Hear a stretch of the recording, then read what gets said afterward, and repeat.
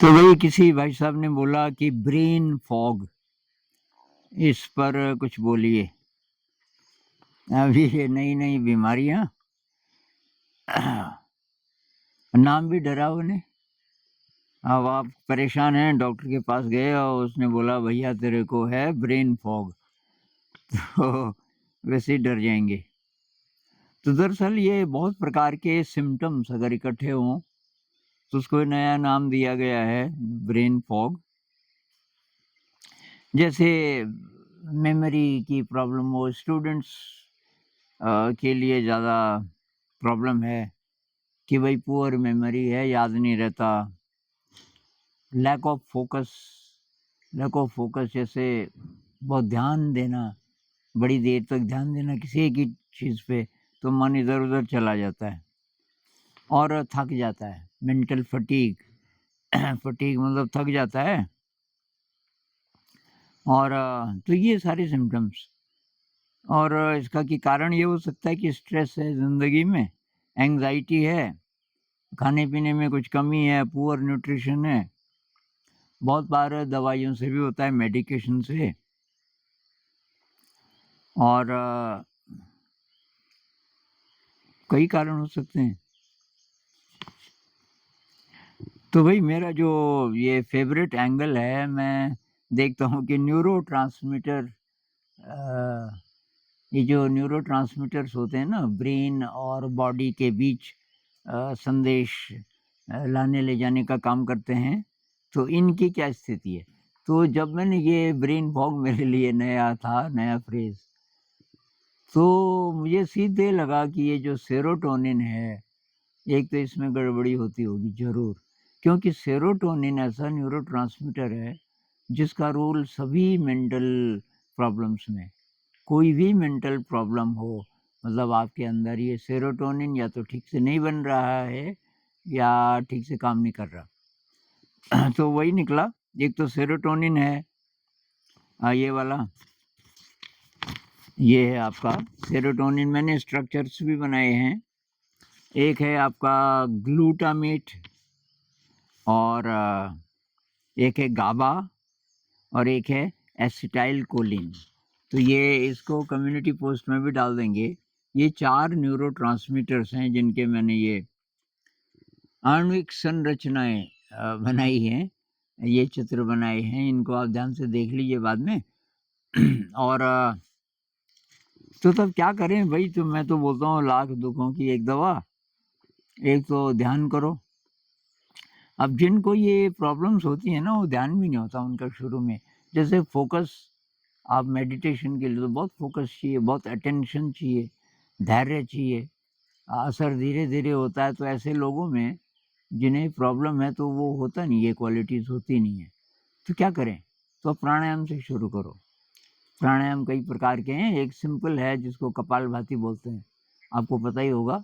नहीं तो देख लीजिए, ये बाबा रामदेव जी ने भी बताए हैं सारे प्राणायाम। इसमें से डिफ़िकल्ट वाले मत करो, ये कपालभाति कर लो। कपालभाति क्या होता है? साँस छोड़ना बड़ी तेज़ी से। और भई ब्रह्मचर्य का पालन करो। बहुत बार ये गड़बड़ की जड़ ख़ासकर मानसिक, शारीरिक भी बहुत होती है उससे, लेकिन जो मानसिक शक्तियाँ हैं वो बहुत क्षीण पड़ जाती हैं, अगर आप पालन नहीं कर रहे होगे। तो ब्रह्मचर्य का पालन करो, खाना ठीक खाओ। आजकल खाना ही नहीं खाते लोग ठीक। अब ये ले आते हैं ब्रेड, नाश्ते में देखो, जहाँ देखो तो ब्रेड, और उसपे जैम लगा दिया, वो भी बाज़ार का पता नहीं कब डब्बे में भरा। मैं एक बार एक जैम की फैक्ट्री में गया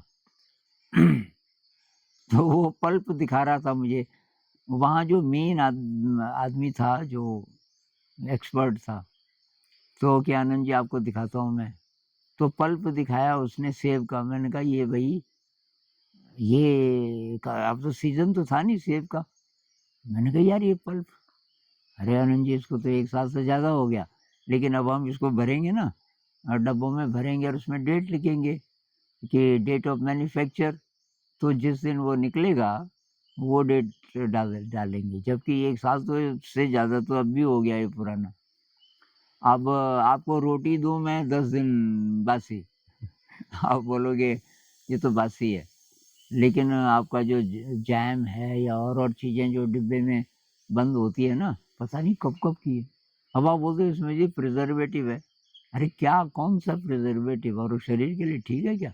तो ये ध्यान रखना भाई खाने-पीने का, सही खाना खाओ जो ट्रेडिशनल है। मैं बार-बार बोलता हूँ, ये रोटी, सब्ज़ी, दाल-भात ये नॉर्थ में जो ज़्यादा चलता है और आपका इडली, डोसा, उत्तम, अपम क्या-क्या होते हैं वो खाओ जो ट्रेडिशनल है और उसका ध्यान रखो खाने का, है ना? एक्सरसाइज़, विगरस एक्सरसाइज़ रोज़ करनी बहुत ज़रूरी है। अगर आपके पास स्पेस नहीं है और बाहर ये दौड़-भाग करने वाली ऐसी अच्छी जगह नहीं है, वो कुछ रोप जंपिंग कर लो, डांस कर लो, ये उछलने-कूदने वाली बहुत एक्सरसाइज़ हैं जिसमें 3-4 फुट जगह चाहिए बस आपको, तो वो कर लो एक्सरसाइज़। एक क्रिएटिविटी बहुत ज़रूरी है ज़िंदगी में। क्रिएटिवली जियो भाई, जो भी करना है उसमें कोई नया एंगल, उससे उत्साह बढ़ता है। ये जो मैं गणित करता हूँ, गणित के वीडियोज़ इस चैनल पे डालता हूँ, कुछ-कुछ लोग नाराज़ भी हो जाते हैं कि क्या गुरुजी ये आध्यात्मिक चैनल है, आप गणित लेके आ जाते हो। तो मैंने सोचा गणित सुबह-सुबह नहीं डालूँगा गणित का वीडियो, उसको ज़रा दिन में या शाम को डालेंगे ताकि लोग कम नाराज़ हों। लेकिन भाई गणित स्टिमुलेट करता है ब्रेन को और बहुत उत्साह देता है, मैं तो इसलिए करता हूँ। और फिर ये काम का भी है, बहुत लोग सीख रहे हैं गणित आजकल। मुझे वो भेजते हैं कि मेरी उम्र अब इतनी ज़्यादा हो गई, अब गणित में रस आ रहा है। तो थोड़ा रस बढ़े ज़िंदगी में, रसो वैसा हमारे उपनिषद कहते हैं रसो वैसा रस ही तो ज़िंदगी है, वो रस जो अंदर से निकलता है, अंदर से पैदा होता है। तो भई ये कोई ख़ास बात नहीं है अगर डॉक्टर ने आपको बोल दिया ब्रेन फॉग है ना, कुछ नहीं, कोई दवाई-ववाई मत लो, आप ये सब करो जो मैं बोल रहा हूँ। ब्रह्मचर्य का पालन करो, अच्छा खाना खाओ, एक्सरसाइज़ करो खूब, म्यूज़िक सुन लो, क्लासिकल म्यूज़िक सुन के उस पे डांस करो और वही क्रिएटिवली जियो, कोई म्यूज़िकल इंस्ट्रूमेंट सीख लो, उसमें बहुत शक्ति है। म्यूज़िकल इंस्ट्रूमेंट कोई किसी गुरुजी के पास जाने की ज़रूरत नहीं।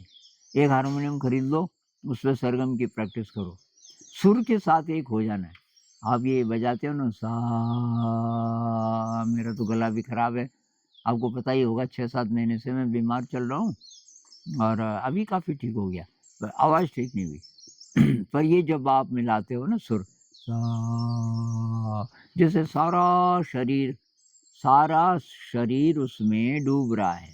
रे ये इधर को जाओ जिसको आरोह बोलते हैं। आरोह मतलब ऊपर की ओर जाना और फिर नीचे को आओ। अब ऐसा आप 4-5 बार एक-एक सुर पे पूरी-पूरी साँस और भी ज़्यादा हो सकता है पर एक पूरी साँस जब तक साँस पूरी बाहर नहीं निकलती, एक ही सुर। तो ये संगीत कर लो और ये सब आप करोगे, ये फॉग-फूग सब हट जाएगी, धूप खिलेगी और सब ठीक हो जाएगा ज़िंदगी में। तो फिर मिलेंगे, इस पे और बात करेंगे, अगर ज़रूरत हुई। नमस्कार।